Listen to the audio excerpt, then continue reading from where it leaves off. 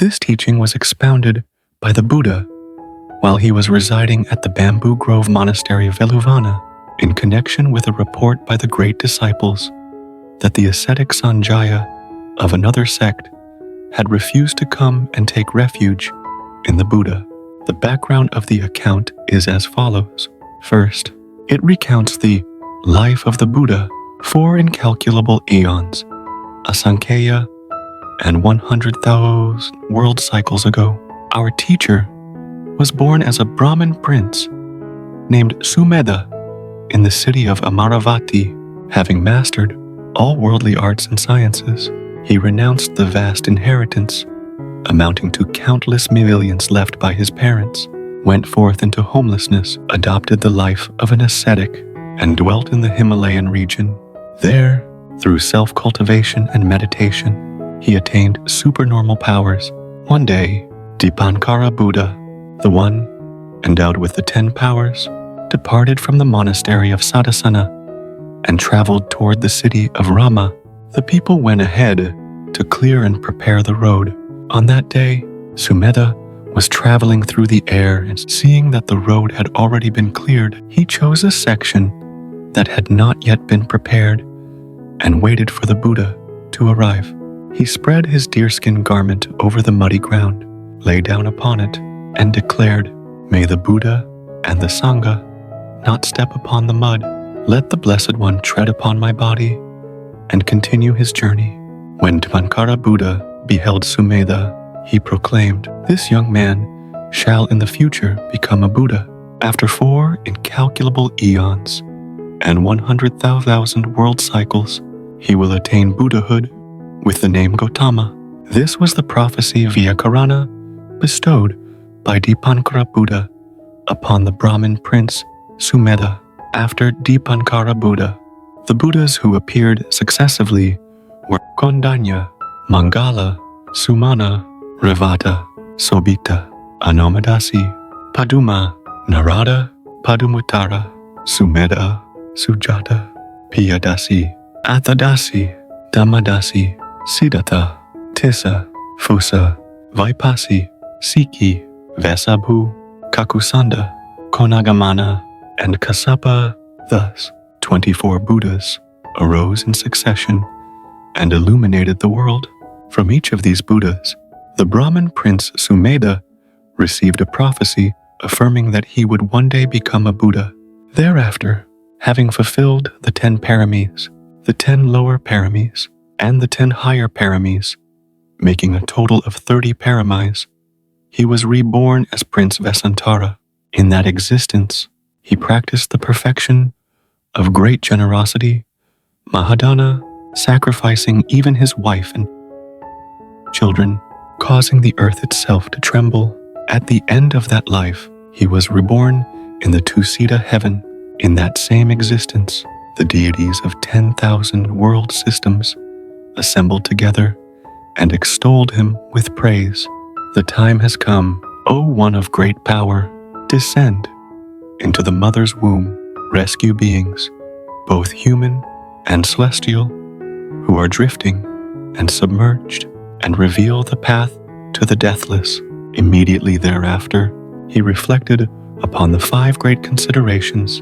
Passing away from that existence, he was reborn into the Shakya royal lineage, where he was nurtured amid royal luxury.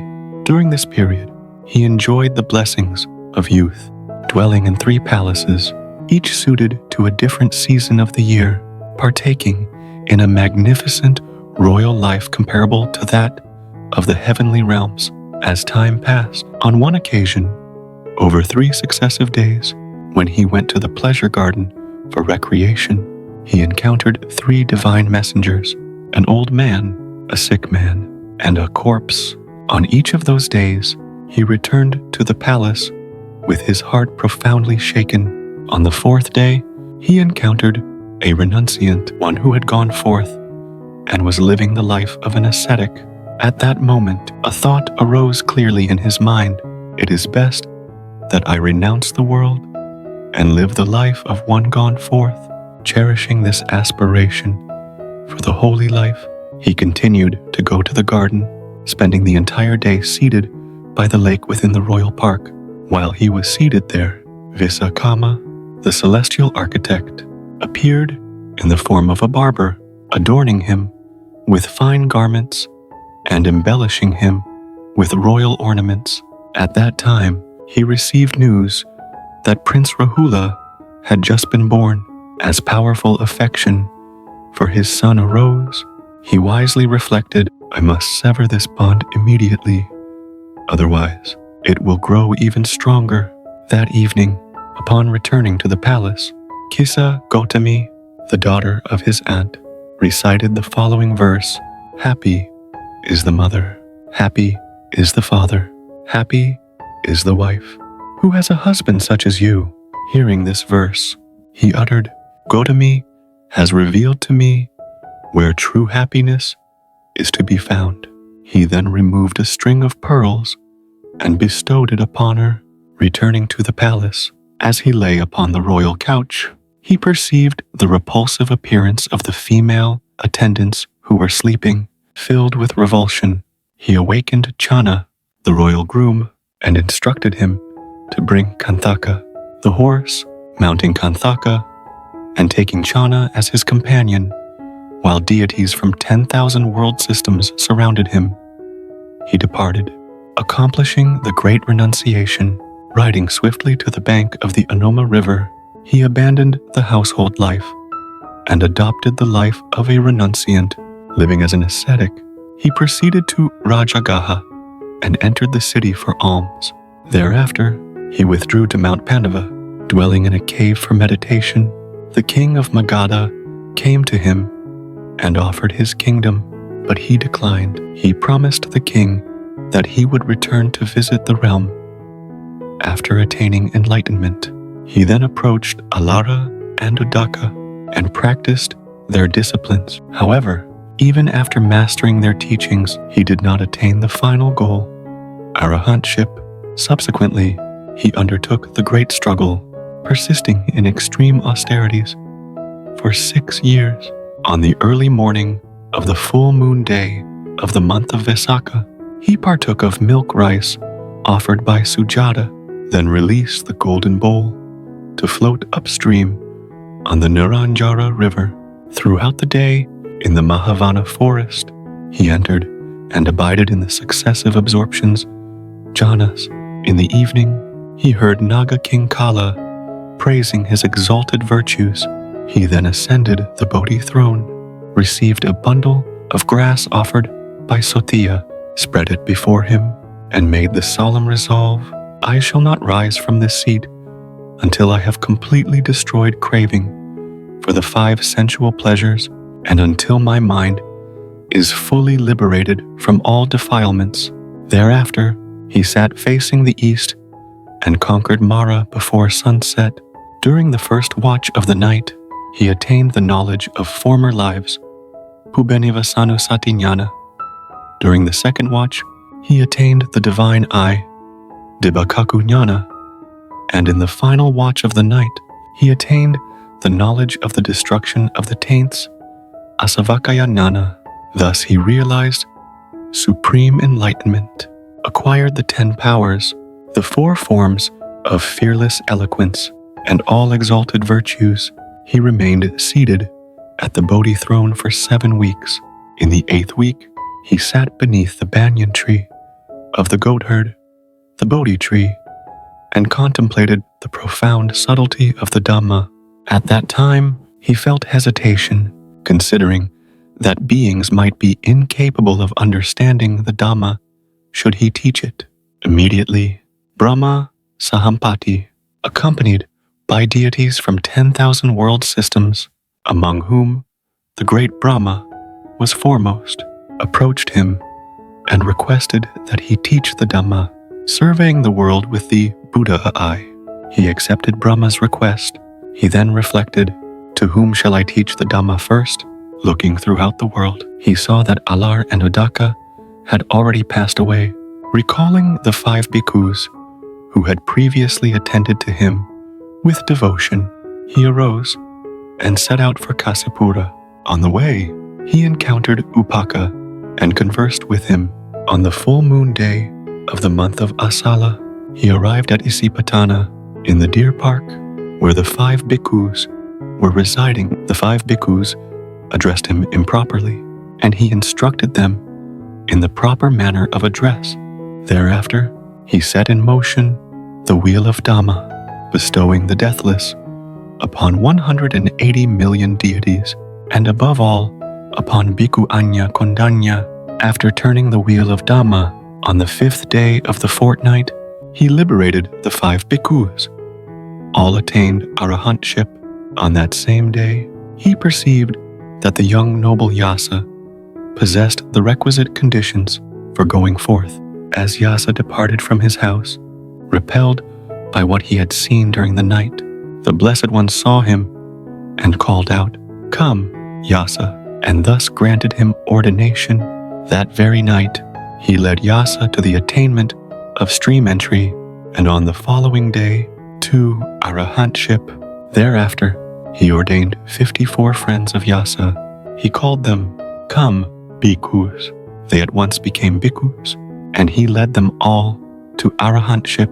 Thus there were 61 arahants in the world.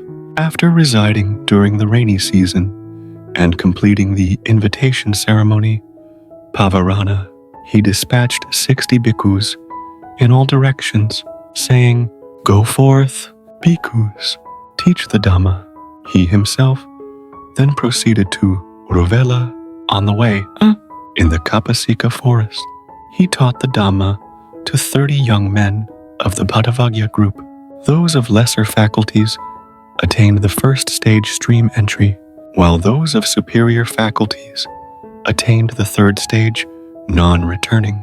All these young men were admitted into the Sangha solely by the utterance, "Come, bhikkhu." Thereafter, he sent them forth in all directions. Upon reaching Uruvela, he performed 3,500 supernormal feats and ordained Uruvela Kassapa, Nade Kassapa, and Gaya Kassapa, the 3 Kassapa brothers, matted hair ascetics, together with their 1,000 disciples. Having taught the Dhamma to these ascetics, he admitted them into the Sangha with the words, "Come, bhikkhu." At Gayasisa, he led them all to arahantship. Accompanied by them, he then proceeded to Lathivana Grove, near the city of Rajagaha, intending to fulfill his promise to King Bimbisara of Magadha. "The teacher has arrived," the people cried aloud. Upon hearing the announcement, King Bimbisara came forth, accompanied by a great multitude of Brahmin householders. The Blessed One joyfully taught the Dhamma to the king, leading him and nearly all of those Brahmins to the attainment of stream entry Sodapati, while the remaining Brahmins took refuge. On the following day, the Blessed One heard Saka, king of the Devas, who, having assumed the form of a young Brahmin, came to the city of Rajagaha to extol the Blessed One's exalted virtues. Thereafter, the Blessed One entered the city of Rajagaha. Having partaken of the meal in the royal palace, he accepted the king's offering of the Veluvana monastery and took up residence there. It was there that Sariputta and Moggallana came to him. The life of Upatissa, Sariputta, and Kolita Moggallana. Before the Buddha's appearance in the world, there were 2 Brahmin villages not far from Rajagaha, named Upatissa and Kolita. One day, the wife of a Brahmin named Rupasari, who lived in the village of Upatissa, realized that she had conceived. On that same day, the wife of a Brahmin named Moggali, who lived in the village of Kolita, likewise realized that she had conceived. It is said that for 7 generations, the 2 families had maintained a close and intimate friendship. On that day, they celebrated the pregnancy blessing ceremony for both expectant mothers. After 10 lunar months, both women gave birth. On the naming day, the child born to the wife of the Brahmin Sari was named Upatissa, as he was the son of the chief family of the village of Upatissa, the other child being the son of the chief family of the village of Kolita, was named Kolita. As they grew up, both youths surpassed all others in skill and learning.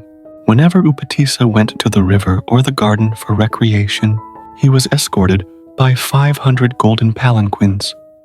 Kolita was escorted by 500 thoroughbred chariots. Each of the two young men had 500 attendants in his retinue. At that time, there was an annual festival in Rajagaha called the Mountain Summit Festival. A couch was prepared for the two youths in one place, and they sat together watching the festivities. When there was cause for laughter, they laughed aloud. When there was cause for sorrow, they wept bitterly. When there was occasion for giving, they gave alms. Thus they attended the festival for many days. But one day, as their wisdom matured, they no longer laughed on occasions that had once made them laugh. No tears flowed when they encountered scenes that had once made them weep, and they no longer gave alms when asked. It is said that the following thought arose in them: why do we watch these things? Before 100 years have passed, all these people will have vanished, and no one will see them again. It would be better for us to seek the path to liberation. Cherishing this thought, Kolita said to Upatissa, "Friend Upatissa, you no longer appear pleased or delighted as before. Moreover, you seem troubled and distressed. What are you thinking?" Upatissa replied, "Friend Kolita, I feel that there is nothing lasting or satisfying in gazing upon this crowd. All these things are utterly futile. It would be better for me to seek the path of liberation for myself." "But why are you also troubled?" Kolita expressed the same sentiment. When Upatissa realized that Kolita shared the same state of mind, he came to a decision and said, "Both of us possess a noble aspiration. Both of us must seek the path to liberation and renounce the world together. Under which teacher shall we go forth?" At that time, there was an ascetic wanderer named Sanjaya who came to the city of Rajagaha, accompanied by a large following of wandering ascetics. Upatissa and Kolita reached a mutual decision. "We shall go forth and practice under the guidance of Sanjaya." Accordingly, the two friends dismissed 500 attendants, instructing them, "Take the palanquins and chariots and depart." Together with the remaining 500 followers, they went forth and became ascetics under Sanjaya. From the day the two young men renounced the world and entered the ascetic life, Sanjaya rose to the height of fame and gain. However, within a few days, their understanding surpassed Sanjaya's capacity to teach. Thus they addressed him, "Venerable Sir, is this the entirety of the truth that you know, or is there something higher beyond this?" He replied, "This is all. You have now learned everything." Upatissa and Kolita reflected with doubt. If this is so, then it is of no benefit for us to remain any longer as students of this teacher. The path to liberation that we sought when we renounced the world cannot be attained from this teacher. But the land of Jambudvipa is vast. Let us travel through villages, towns, and royal cities. Surely we shall find a teacher who can show us the path to liberation. From that day onward, wherever they heard of learned ascetics or Brahmins, they went to them and engaged in discussion. None of those teachers could answer the questions posed by Upatissa and Kolita. Yet every question raised by those teachers was answered fluently by Upatissa and Kolita. Thus they traveled throughout the land of Jambudvipa and eventually returned toward their respective homes. Before parting, Upatissa made an agreement with Kolita. "Friend Kolita, whichever of us attains the deathless first shall inform the other." Then they parted ways.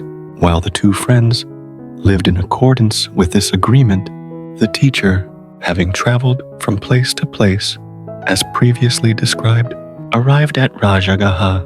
The Blessed One accepted the offering of the Veluvana monastery and resided there.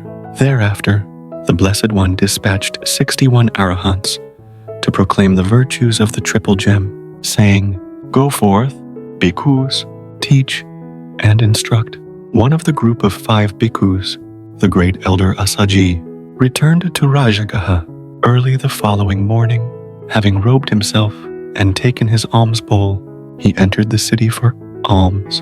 On that same morning, the wandering ascetic, Upatissa, having finished his meal, set out toward the dwelling place of the ascetics. The appearance of the elder caught Upatissa's eye, filled with amazement and admiration. Upatissa gazed intently at the elder and thought, "Never before have I seen an ascetic like this. He must surely be one of the arahants in the world, or at least one who has entered the path leading to arahantship. Let me approach this ascetic and ask him, for whose sake, Venerable Sir, have you gone forth? Who is your teacher? And whose doctrine do you profess?" Yet he restrained himself out of caution, fearing he might be too abrupt. This is not the proper time to ask such question, for the ascetic is going from house to house on alms round. Should I follow closely behind him, as one customarily does when seeking an opportunity to request a favor? Upatissa followed the elder Assaji when the elder had received sufficient alms and proceeded to another place. Seeing that the elder wished to sit down, Upatissa spread his own sitting cloth upon the ground and offered it to him. When the elder had finished eating, Upatissa poured water from his own vessel and offered it to him, having fulfilled the duties of a disciple toward a teacher. And after the elder had completed his meal, Upatissa respectfully saluted him and said, "Venerable Sir, your faculties are serene. Your complexion is clear and radiant. For whose sake, Venerable Sir, have you renounced the world? Who is your teacher, and whose teaching do you proclaim?" The elder reflected, "These wandering ascetics are often hostile toward the teaching I follow. Therefore, I shall reveal to this ascetic the profound depth of my Dhamma." But first, the elder explained that he himself was only a beginner. He said, "Friend, I am only a novice. I have gone forth not long ago. I have only recently come to this Dhamma and discipline. At present, I do not have much to say in teaching the Dhamma." The wandering ascetic reflected inwardly, "I am Upatissa. Whether the Venerable One speaks much or little, according to his ability, I shall surely discern the meaning in 100,000 ways. Accordingly," he said, "speak little or speak much, but speak what is essential. I seek only the essential. Why speak at length?" In response, the elder recited the first line of the Dhamma verse, "Of all things that arise from causes, the Tathagata has explained their causes." At the very first line, the wandering ascetic attained the fruit of stream entry, Sodapati, comprehending its meaning in 1,000 ways. Having attained stream entry, the elder then recited the second line, and also how they cease. This is the teaching of the great ascetic. He did not attain a higher realization at that moment, and he reflected that there must be a reason for this. Therefore, he addresses the elder, "Venerable Sir, please do not teach further. This is sufficient. Where does our teacher presently reside? At the bamboo grove, friend. In that case, Venerable Sir, please go on ahead. I have a friend with whom I made a pledge. Whichever of us attains the deathless first must inform the other. I must first fulfill this promise. I shall bring my friend, and together we shall go to the teacher and follow his path." Having spoken thus, Upatissa prostrated himself with the 5-point prostration at the feet of the elder, circumambulated him 3 times, keeping the right side toward him, and took leave. He then went to meet his fellow wandering ascetic. When the ascetic Kolita saw him approaching from afar, he rejoiced inwardly, thinking, "Today my friend's countenance is extraordinary. Surely he has attained the deathless." Kolita eagerly asked his friend, "Have you attained the deathless?" Upatissa replied, "Yes, brother, I have attained the deathless. Having said this, he recited the Dhamma verse exactly as Venerable Assaji had spoken it. At the conclusion of the verse, Kolita attained the fruit of stream entry Sotapatti. Kolita then asked further, "Friend, where does the teacher reside?" "At the bamboo grove." "My friend, Venerable Assaji, our teacher, has informed me." "Excellent. My friend, let us go. Let us go and meet the Blessed One." A distinctive quality of Elder Sariputta was his profound reverence for his former teacher. Therefore, he said to his friend, "Friend, let us first inform our teacher, the wandering ascetic Sanjaya, that we have attained the deathless. In this way, his heart may awaken and his wisdom may understand. Even if his understanding is deficient, he will surely trust that we are not speaking falsely, and upon hearing the Buddha teach the Dhamma, he will attain realization." Accordingly, the two wandering ascetics went to Sanjaya. Upon seeing them again, Sanjaya immediately asked, "Friends, have you succeeded in finding one who shows the path to the deathless?" "Yes, Venerable Sir, we have found such a one. The Buddha has appeared in the world. The Dhamma has appeared. The Sangha has appeared. As for you, you are walking in illusion and unreality. Come, Venerable Sir, come with us to the teacher." "You may go. I cannot go." "Why not?" "Formerly, I was a teacher of many people. For me to return to being a disciple would be as unreasonable as allowing a filthy rag to approach a well of water. I cannot live the life of a disciple. Do not act thus, Venerable Sir." "It does not matter. Friends, you may go. I cannot go." "Venerable Sir, since the Buddha has appeared in the world, people bearing flowers, incense, and offerings go forth and pay homage to him alone. Let us go there. What will you do, friends, who are more numerous in this world, the foolish or the wise?" "Oh, Venerable Sir, the foolish are many, the wise are few." "Very well, friends, let the wise go to the wise ascetic, Gautama, and let the foolish come to the foolish man that I am." "You may go. I shall not go." "Then you will become a man of great renown." Venerable Sir, having spoken thus, the two former disciples departed on their way. After they had left, Sanjaya's community disintegrated, and the forest became deserted. Unable to endure the desolation of the empty forest, Sanjaya was overwhelmed with grief and vomited blood. 500 wandering ascetics accompanied Kolita and Upatissa for part of the journey. Thereafter, 250 who remained loyal to Sanjaya returned, while the remaining 250 were accepted by the two elders as disciples and followed them onward to Veluvana, while the Blessed One was seated, teaching the Dhamma in the midst of the fourfold assembly. He saw the two wandering ascetics approaching from afar and said to the bhikkhus, "Bhikkhus, there are two companions coming here, Kolita and Upatissa. They shall become my disciples, my chief pair of great disciples." The two wandering ascetics paid homage to the Buddha, respectfully sat to one side, and said, "Venerable Blessed One, we request admission into the Sangha under the Buddha. We seek refuge and ordination." The Blessed One said, "Come, bhikkhus, the Dhamma has been well proclaimed. Live the holy life for the complete ending of suffering." At that very moment, through supernormal power, robes and bowls appeared upon them, and they became elder bhikkhus of 100 reins standing. Through the teaching of the assembled disciples, the Blessed One increased the exposition of the Dhamma, except for the two great disciples. All attained arahantship. Remarkably, the two great disciples did not yet accomplish the meditative attainment leading to the three higher fruits.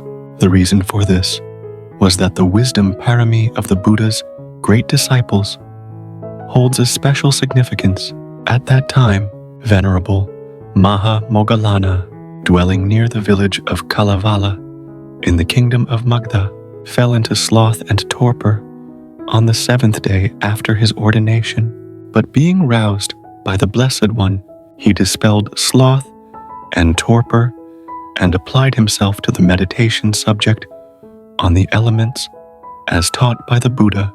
He then accomplished the meditative attainment leading to the 3 higher fruits and reached the culmination of the wisdom parami of a great disciple. As for Elder Sariputta, after spending 2 weeks with the Blessed One following his ordination, he dwelt in the Sukharakata cave, also near Rajagaha, while listening to his sister's son, the ascetic Diganaka, recite the Vedana Parigaha Sutta.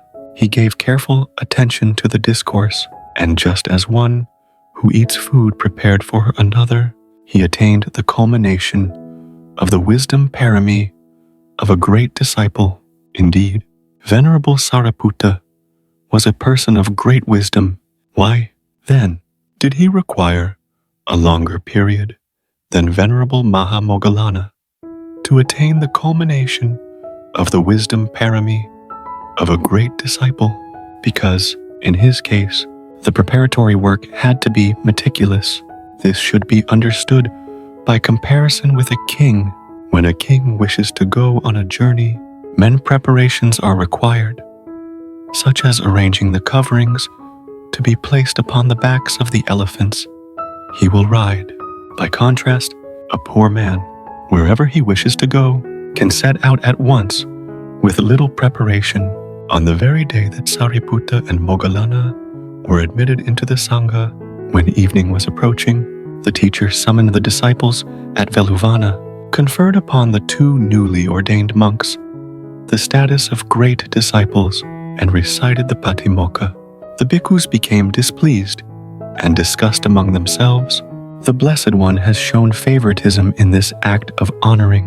The position of great disciple should have been given first to those who renounced the world earlier, namely, the group of the 5, led by Anya Kondanya. If he did not grant it to them, he should have given precedence to Elder Yasa and his 54 companions. If not to them, then priority should have been given to the group of 30 young men. If that group were set aside, precedence should have been given to the 3 brothers, Ruvelakasapa, Nadi Kasapa, and Gaya Kasapa, by passing over all the bhikkhus who had gone forth earlier and granting the position of great disciple to those who renounced the world later. The teacher has shown favoritism. The Buddha asked them, "Bhikkhus, what matter are you discussing?"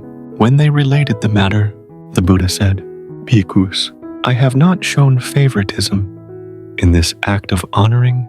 On the contrary, I have given to these bhikkhus and to all bhikkhus exactly what each aspired to when he made his resolution." Anya Kondanya made offerings of the first fruits on 9 occasions, but he did not make a resolution to become a great disciple. Rather, at the time of his offering, he resolved that he should be the first to attain the supreme state, namely, arahantship. They asked, "Venerable Sir, when did this occur?" The Buddha replied, "Listen, bhikkhus." "Yes, Venerable Sir." Thereupon, the Blessed One recounted the following. Bhikkhus, 91 eons in the past, Vipassi Buddha appeared in the world.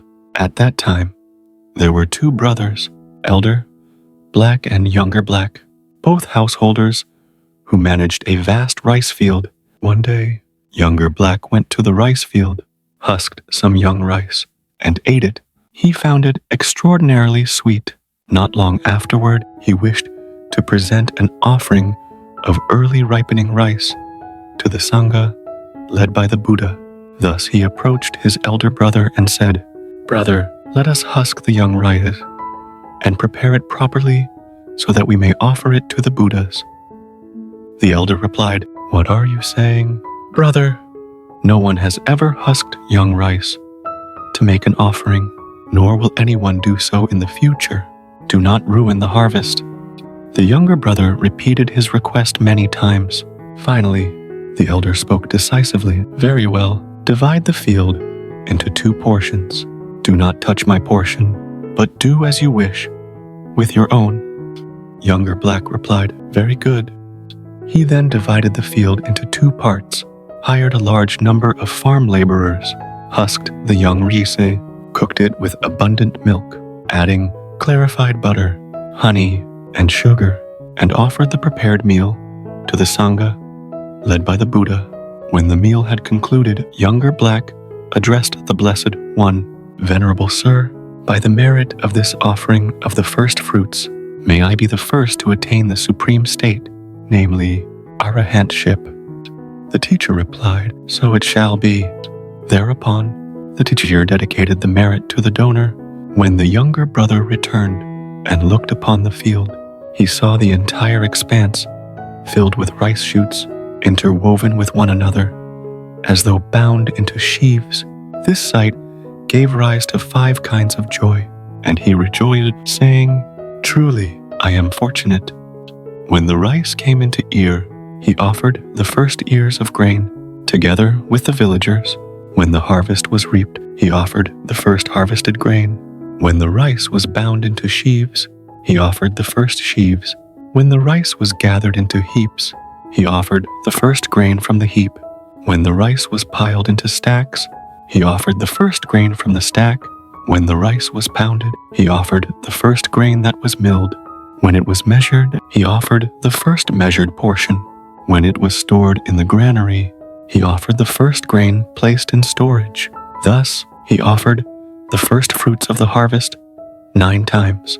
Whatever he offered was replenished, and he enjoyed an abundant harvest. Merit comes to one who knows how to make merit. Therefore, the Blessed One said, "Indeed, Venerable Ones, moral conduct protects one who guards moral conduct. Living in morality leads to happiness. This is the benefit of a life of virtue. One who dwells in moral conduct will never fall into a state of suffering." Thus, in the time of Vipassi Buddha, Kondanya offered the first fruits on 9 occasions and made the aspiration to be the first to attain the supreme state. Likewise, in the time of Padumuttara Buddha, 100,000 eons in the past, in the city of Hamsavati, he made abundant offerings, prostrated himself at the feet of the Buddha, and resolved to be the first to attain the supreme state of arahantship. Therefore, I granted him the position in accordance with his aspiration. I have not shown favoritism in this act of honoring. They asked, "Venerable Sir, what meritorious deeds did the 55 youths led by Yasa perform?" The Blessed One replied, "They made aspirations at the feet of a Buddha to attain arahantship and accumulated much merit. Before the present Buddha appeared in the world, they formed a friendship among themselves in order to accomplish meritorious deeds, and they devoted themselves wholeheartedly to the cremation of the bodies of the poor. One day, seeing the corpse of a pregnant woman, they carried it to the charnel ground to be cremated. Yasa and 4 companions were assigned to cremate the corpse, while the others returned to the village. While cremating the body, Yasa pierced it with a stake, turned it over repeatedly, and clearly perceived the impurity of the body. In order to share this understanding with his 4 companions, he said, "Friends, look at this body. Here and there, the skin is split apart like the hide of a speckled cow. Impurity, foul, and repulsive." At that very moment, his 4 companions also fully comprehended the impurity of the body. The 5 friends returned to the village and conveyed this understanding to the others. As for Yasa, he returned home and conveyed it to his parents and his wife, and they too comprehended the impurity. These were the meritorious deeds they performed in a former existence, and due precisely to this merit, Yasa realized the impurity of the body when, in his chamber, he beheld the sleeping women. Moreover, their faculties had reached maturity. Therefore, all of those youths attained the noble fruits. Thus, those young men achieved what they had aspired to in accordance with their vows. I have not shown favoritism in this act of honoring, they asked further. But, Venerable Sir, what meritorious deeds did the 30 young men of noble families perform? The Blessed One replied, they too made aspirations at the feet of former Buddhas to attain arahantship and accumulated merit. Before the present Buddha appeared in the world, they were reborn as 30 evil men. However, upon hearing the admonition given to Tudila, they observed the 5 precepts for 60,000 years. Thereafter, they attained exactly what they had aspired to. I have not shown favoritism in this act of honoring, they asked further. But, Venerable Sir, what meritorious deeds did the 3 Kassapa brothers, Uruvela Kassapa, Nade Kassapa, and Gaya Kassapa perform? The Blessed One replied, they too accumulated merit and made aspirations to attain arahantship 92 aeons in the past. 2 Buddhas, Tissa and Fusa, appeared in the world at the same time. The father of Fusa Buddha was King Mahinda. When Fusa attained enlightenment, the king's youngest son became his chief disciple, and the son of the royal chaplain became his second chief disciple. The king went to the Buddha and said, my eldest son is a Buddha. My youngest son is the great disciple, and the son of my royal chaplain is the second great disciple of the Buddha. Looking upon all 3, the king rejoiced greatly and declared, the Buddha is truly mine, the Dhamma is truly mine, the Sangha is truly mine, and he solemnly proclaimed 3 times, praise be to the Blessed One, the Worthy One, the perfectly enlightened one. Then he prostrated himself at the feet of the teacher and said, Venerable Sir, now, at the end of a lifespan lasting 90,000 years, it seems that the time has come for me to sit down and close my eyes in peaceful rest while I yet live. Please do not go to the houses of others. Accept the 4 requisites from me alone. Having received the Buddha's consent, the king regularly made offerings to him. Now the king had 3 other sons. The eldest commanded 500 soldiers, the middle 300, and the youngest 200. One day, they requested permission from their father to make offerings to their elder brother, Fusa Buddha, but they were refused. This occurred repeatedly.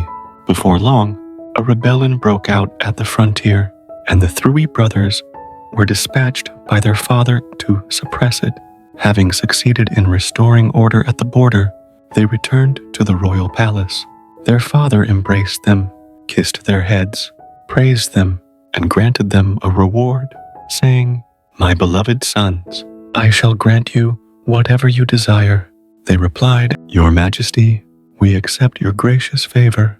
After several days, when their father reminded them again, my dear sons, I shall give you anything you wish.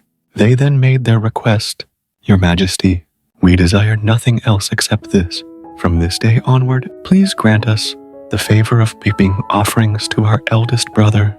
Bestow this grace upon us. I cannot grant you this favor, my beloved sons. If Your Majesty does not wish to grant it to us permanently, then grant it to us for 7 years. I do not wish to do so, my sons. Then grant it to us for 6 years, or 5 years, for 3 or 2 years, or for 1 year, or for 7 months, or 6, 5, 4, 3, or 2 months, or for 1 month. I do not wish to do so, my beloved sons. Then, Your Majesty, grant each of us 1 month, bestow upon us a total of 3 months. Very well, my beloved sons. You may make offerings to your elder brother for 3 months. At that time, the 3 brothers had 1 treasurer and 1 steward. The steward had 120,000 subordinates under his authority. The 3 brothers summoned the treasurer and the steward and instructed them, for the next 3 months, we shall observe the 10 precepts, don golden robes, and reside in retreat with the teacher. While we are away, it shall be your duty to oversee the provisions for offerings. Each day you must supply sufficient food, both solid and soft, for 90,000 bhikkhus and 1,000 soldiers.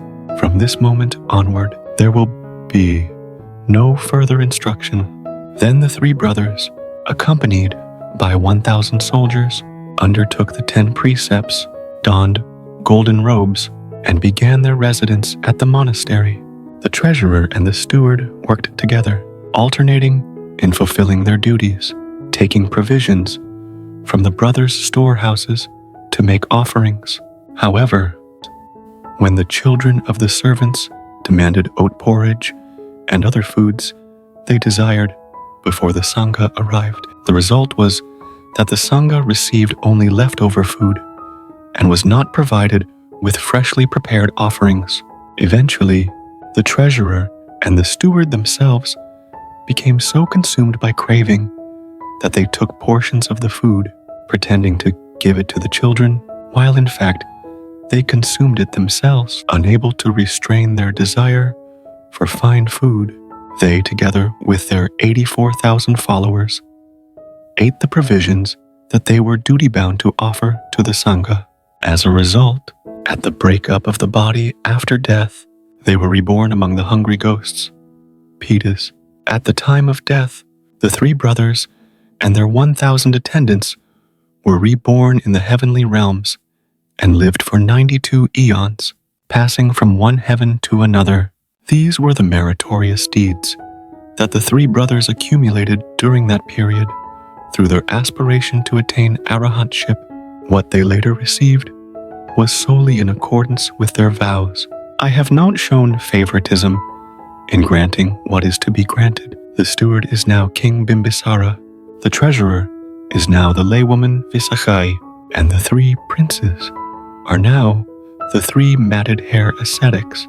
The household servants who had served them were reborn among the hungry ghosts, Pitas. After a long time, wandering from existence to existence, experiencing both wholesome and unwholesome results, they were reborn in this minor eon in the realm of hungry ghosts throughout the lifetimes of 4 Buddhas. In this minor eon, they first approached Buddha Kakusanda, who lived for 40,000 years, and asked him, "Venerable Buddha, please tell us when we shall receive food." The Buddha replied, "You will have nothing to eat during my dispensation, but after me, the great earth will rise by 1 yojana, and Buddha Konagamana will appear. It would be best for you to ask him." They waited through that entire period, and when Buddha Konagamana appeared, they asked him and received the reply, "You will have nothing to eat during my dispensation, but after me, the great earth will rise by 1 yojana, and Buddha Kassapa will appear. It would be best for you to ask him." They waited through that entire period again, and when they heard that Buddha Kassapa had appeared, they went to him and asked once more. They then heard, "You will receive nothing to eat during my dispensation, but after me, the great earth will rise by 1 yojana, and Buddha Gautama will appear. At that time, your kinsman, King Bimbisara, will reign. He will make offerings to the teacher and will dedicate the merit he has made to you. Then you will receive food." For them, the interval between these later Buddhas passed as swiftly as the passage from one day to the next. When the Tathagata appeared in the world and King Bimbisara made offerings on the first day, they did not receive food. They waited until nightfall, then created a terrifying uproar and manifested themselves before the king. The king went to Veluvana the following day and related the matter to the Tathagata. The teacher explained, "Great king, 92 aeons in the past, during the time of Buddha Fusa, those hungry ghosts were your own kinsmen. They secretly consumed food that they were duty-bound to offer to the Sangha. They asked Buddha Kakusanda, Konagamana, and Kassapa when they would receive food, and the Buddhas replied to them in the manner you have heard. Throughout this long period, they have earnestly desired to receive the merit of your giving. The reason they made a disturbance last night is that although you made an offering, they did not receive the resulting merit. The king asked, "But, Venerable Sir, if I make an offering now, will they receive it?" "They will receive it, great king." On the following day, the king invited the Sangha led by the Buddha, offered abundant food, and said, "Venerable Sir, from this day onward, may the food originating from the heavenly realms be shared with these hungry ghosts."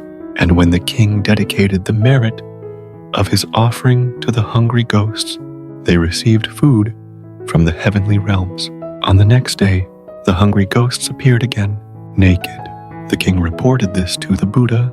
"Today, Venerable Sir, these hungry ghosts have appeared naked again. I do not know what should be done." The Buddha explained, "Great king, it is because you have not given them clothing." On the following day, the king offered robes to the Sangha led by the Buddha, and likewise resolved that from that day onward, they should receive clothing from the heavenly realms. And when the king thus dedicated the merit of his offering to them, they immediately received heavenly garments. At that very moment, they abandoned the state of hungry ghosts and were reborn as devas. When the Buddha dedicated the merit, he recited the protective discourse, "Hungry ghosts, standing outside the walls." Tirokutta Sutta. When the dedication of merit was concluded, 84,000 beings attained the purified vision of the Dhamma Dhammakaku. Thus did the Blessed One teach the Dhamma, recounting the story of the three matted hair brothers, Sarada and Sariputta. They asked, "But, Venerable Sir, what meritorious deeds did the great disciples accomplish?" The Blessed One replied, "They made aspirations to attain the position of great disciples, one incalculable eon and 100,000 aeons in the past. Sariputta was reborn into a wealthy Brahmin family as Prince Sarada, while Moggallana was born into a rich householder family as Sariputta. The two youths were friends from the time they played together in the dust. When Prince Sarada's father died, he inherited an immense fortune. One day, while alone, he reflected, "I know only a little about the life of this world. I know nothing of the life of the next world. Whoever is born is certainly destined to die. I must renounce the world, enter the Sangha, and seek the path to liberation." Accordingly, he went to his friend and confided, "Friend Sariputta, I intend to renounce the world and seek the path to liberation. Are you able to renounce the world with me?" "Friend, I cannot renounce the world. You should go alone." Though his friend declined, Prince Sarada did not alter his resolve. He reasoned, "No one goes to the next life accompanied by relatives, companions, or friends. Whatever one must do alone." Therefore, he opened his treasuries and gave generously to the poor, wandering ascetics, and beggars. Having done so, he withdrew to the foothills and lived the life of a hermit. At first, one person followed his example, then two, then three, and gradually, many others chose the ascetic life. Eventually, the number of matted hair ascetics reached 74,000. Sarada attained the 5 supernormal knowledges and the 8 meditative attainments, and he taught these ascetics the method of gathering for meditation. All of them attained the 5 supernormal knowledges and the 8 attainments. At that time, Buddha Anomadasi appeared in the world. His city was Kandavati. His father was Yasavanta of the warrior caste, and his mother was Yasodhara. His enlightenment tree was the Arjuna tree. Nisaba and Anoma were his great disciples. Varuna was his chief donor. Sundara and Sumana were his principal female lay supporters. He lived for 100 years, stood 58 cubits tall, and radiated light from his body for a distance of 12 leagues. He had 100,000 bhikkhus as disciples. One day at dawn, having emerged from the attainment of great compassion, he surveyed the world and saw the ascetic Sarada. He recognized, today, when I go to the hermit Sarada, there will be a great discourse on the Dhamma.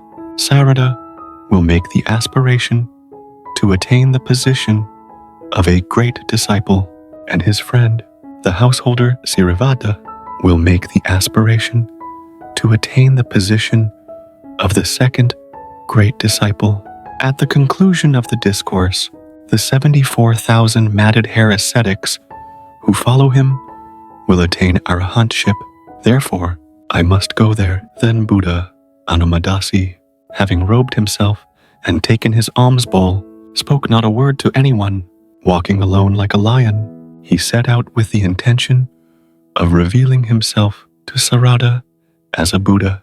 And while the disciples of the ascetic Sarada were absent, having gone to gather various kinds of fruit, the Buddha descended from the sky and stood upon the ground directly before Sarada. When the ascetic Sarada beheld the Buddha's supernormal powers and auspicious marks, he silently recalled the verses describing the characteristics of a great man, Mahapurisa. He understood that one endowed with such marks, if living the household life, would be a king, a wheel-turning monarch, Kakavati, and if living the life of renunciation, would be one who had utterly destroyed lust, a fully enlightened Buddha. Thus, Sarada was certain beyond doubt that this was indeed a Buddha. Accordingly, he approached the Buddha, prostrated with the 5-point prostration, prepared a seat, and offered it to him. The Buddha sat upon the prepared seat, while the ascetic Sarada chose a suitable place and respectfully sat to one side. The 74,000 matted hair ascetics, who had earlier gone to gather sweet and juicy fruits, now returned to their teacher. Seeing the Buddha seated in the center and their teacher sitting nearby, they said, "Venerable Sir, we have wandered far and wide and have always believed that the Guru was none greater than our teacher. But with regard to this one, we are convinced that he is greater than our teacher." Sarada replied, "Friends, what are you saying? Are you comparing a mustard seed with Mount Sinaru, which rises to 68,000 leagues high? O foolish children, do not compare me with a fully enlightened Buddha." The ascetics then agreed among themselves, if this were an ordinary man, our teacher would not speak in this way. Truly, how exalted this one must be. At once, they prostrated themselves at the full to the Buddha. Then their teacher, the ascetic Sarada, said to them, "Friends, here we possess no offering truly worthy of the Buddhas, and the Blessed One has arrived at the very time when we customarily go on alms round. Let us therefore offer him whatever we are able. Go now and gather all the finest fruits." Accordingly, they went in search of fruits. The ascetic Sarada, with his own hands, personally placed the fruits into the alms bowl of the Tathagata.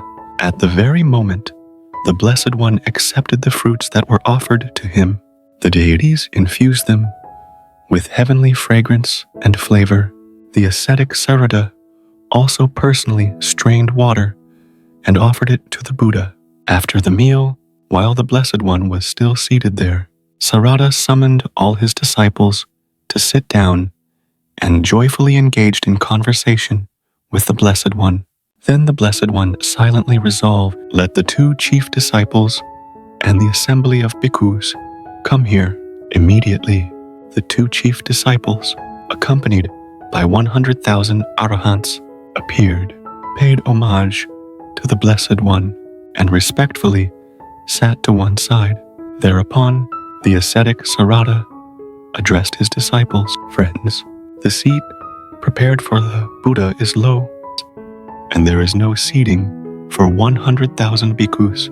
Today, You should render homage to the Blessed One. Go to the foothills and bring back flowers of brilliant colors and exquisite fragrance.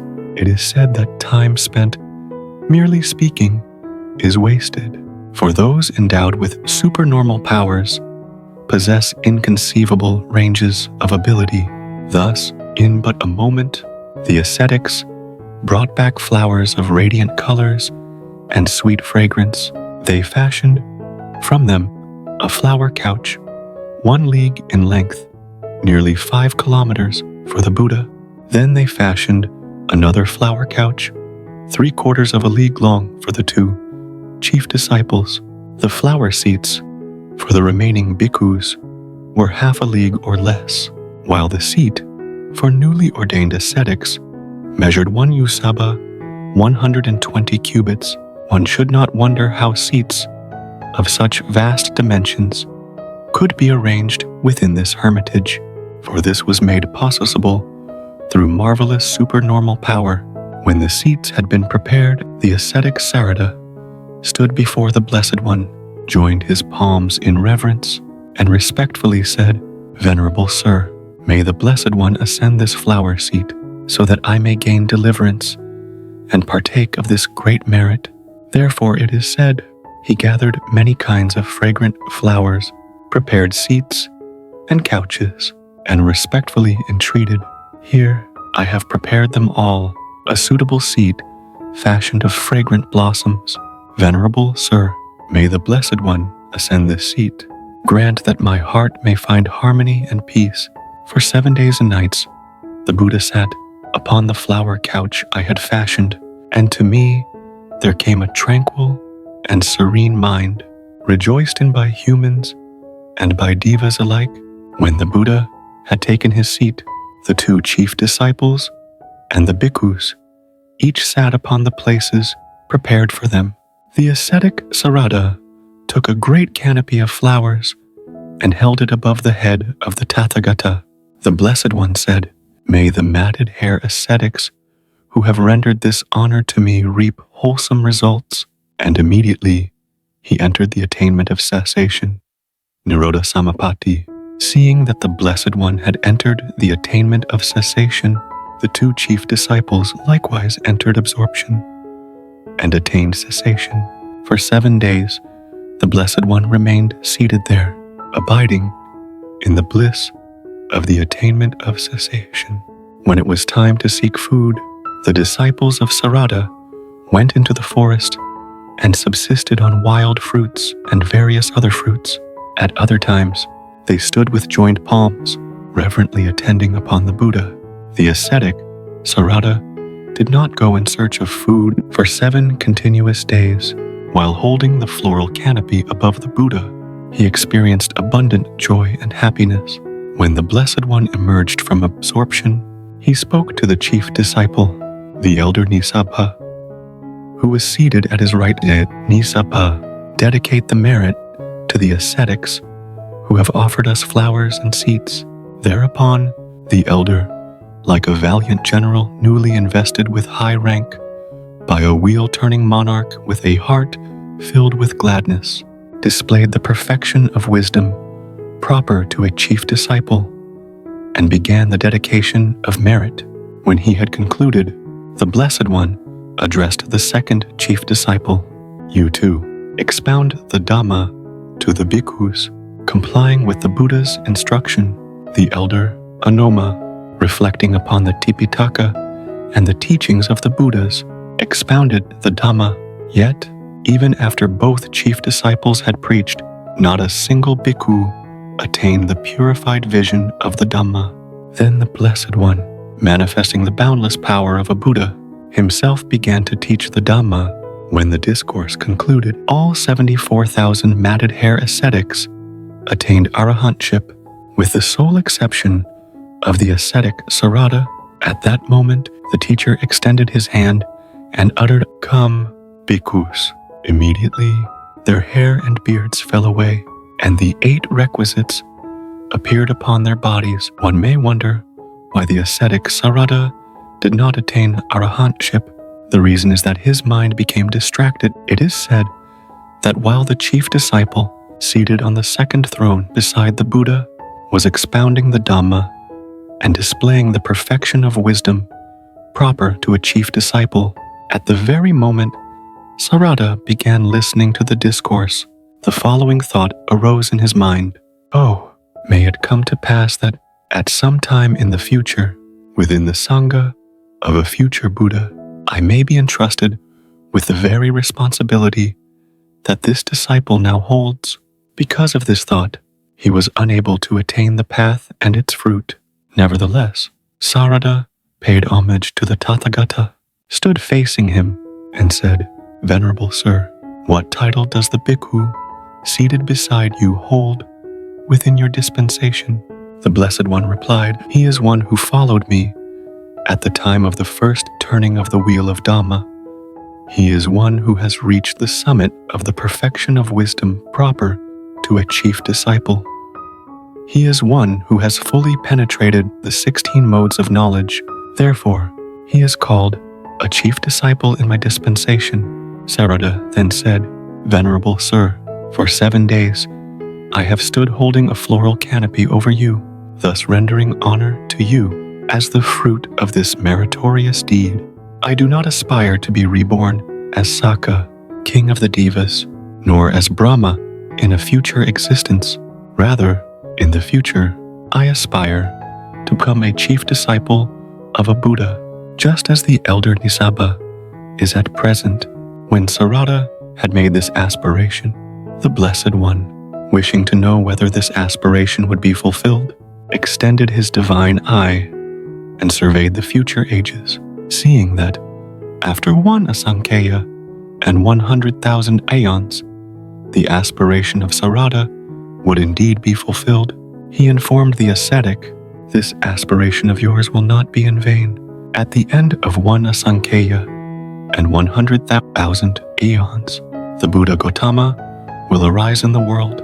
His mother will be Queen Mahamaya, his father, King Suddhodana, his son Rahula, his attendant Ananda, and his second chief disciple, Moggallana. You will be his chief disciple, foremost in wisdom, and your name will be Sariputta." After the Blessed One had thus given the prophetic declaration to the ascetic, he taught the Dhamma. Then, surrounded by the Sangha, he rose into the air and departed. The ascetic Sarada then sought out his disciples and elders and asked them to convey a message to his friend, the wealthy householder Sariputta. "Your friend, the ascetic Sarada, has prostrated himself at the feet of the Buddha Anumadasi and has aspired to the position of chief disciple in the dispensation of the Buddha Gautama, who will arise in the future. You should aspire to the position of the second chief disciple." Having done so, Sarada went ahead of the elders by another route and came to stand at the door of Saripputta's house. When he met his old friend again, Sariputta joyfully welcomed him, saying, "At last, after a long absence, my dear friend has returned." Immediately, Sariputta invited his friend to sit on a seat of honor, while he himself sat on a lower seat, and asked, "But, Venerable Sir, do you have no disciples or lay followers accompanying you?" "Yes, indeed. My friend, the Buddha Anumadasi, came to our hermitage, and we honored him to the extent of our ability." The Blessed One taught the Dhamma to all, and at the conclusion of the discourse, all the assembled multitude, except myself, attained arahantship and entered the Sangha. Having seen the chief disciple of the Blessed One, the elder Nisaba, I aspired to the position of chief disciple in the dispensation of the Buddha Gautama, who will arise in the future. You too should aspire to the position of the second chief disciple in the dispensation of that Buddha. Sariputta replied, "But, Venerable Sir, I have no personal connection with the Buddha." Sarada said, "I shall bear the responsibility of informing the Buddha. You should prepare a great resolve." Encouraged by these words, Sariputta returned home and magnificently adorned an area of 8 karisas 8 large fields in front of his house. In a manner worthy of a king, he spread sand, scattered the 5 kinds of flowers, including Laja flowers, erected a pavilion, roofed entirely with blue lotus blossoms, and prepared a seat for the Buddha, as well as seats for the bhikkhus. Many offerings were also carefully prepared. When all was ready, he requested the ascetic Sarada to invite the Buddha and the Arahants. With a heart pleased and joyful, Sarada led the Sangha, headed by the Buddha, to the house of his close friend. Sariputta went out to meet the Sangha, received the alms bowl from the hands of the Tathagata, guided the assembly into the pavilion, invited them to sit upon the prepared seats, offered water, and served choice foods. At the end of the meal, he offered costly robes to the Sangha and addressed the Blessed One. Venerable Sir, we make these offerings with the aspiration to attain a non-ordinary position out of compassion. May the Blessed One remain here for 7 days. The Blessed One consented. For 7 days, Sariputta offered abundant gifts, as described. When the offering was completed, Sariputta paid homage to the Blessed One, stood before him with joined palms, and respectfully said, Venerable Sir, my friend, the ascetic Sarada, has aspired to become a chief disciple of a Buddha. I too aspire to become the second chief disciple of that same Buddha. The Blessed One surveyed the future and saw that his aspiration would be fulfilled. He then gave this prophetic declaration: at the end of one Asankhya and 100,000 aeons, you will become the second chief disciple of the Buddha Gautama. Hearing the Buddha's prophecy, Sariputta was filled with joy and contentment. The Blessed One then dedicated the merit of the food offerings and returned to the monastery together with the Sangha. The Buddha concluded, Bhikkhus, these were the aspirations of my disciples. At that time, they have received results exactly according to their aspirations. When I grant something, I show favoritism toward no one. When the teacher had finished this account, the 2 chief disciples paid homage to him and made a respectful request. Venerable Sir, when we were still householders, we went to witness the festival of the mountain peak. The 2 elders then related in full all that had occurred up to the moment when they attained the fruit of stream entry upon hearing the very first words of Dhamma spoken by the elder Asaji. They continued, Venerable Sir, we then went to our former teacher, intending to guide him to rely upon the Buddha and to lead him out of the darkness of wrong view, not failing to emphasize the wholesome benefits that would accrue if he were to come here. But he said to us, for me to live now as a disciple would be absurd, like one accustomed to filth, going to a well of clean water. I cannot live the life of a disciple. We tried to reason with him, saying, Teacher, at present, people carry flowers and perfumes in their hands and go to make offerings exclusively to the Blessed One. What then will you do? He questioned us in return.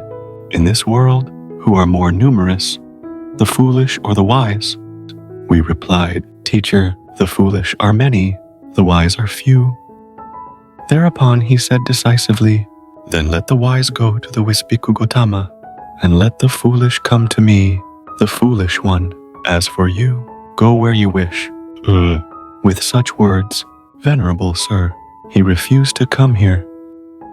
Having heard this, the teacher instructed the bhikkhus, Bhikkhus, due to adherence to wrong view, Sanjaya mistook the false for the true, and the true for the false. But you, through your own wisdom, correctly discerned what is true as true, and what is false as false. You wisely abandoned what is false, and accepted what is true. Then he spoke, Dhammapada, verse 11. They regard the untrue as true, and see the true as untrue. They do not reach the true, being engaged in wrong thought and wrong conduct. And Dhammapada, Verse 12. They know the true as true, and the untrue as untrue. They reach the true, being engaged in right thought and right conduct. Here the story for today comes to an end. If this story has touched you, remain with the channel to listen together to more meaningful and inspiring stories.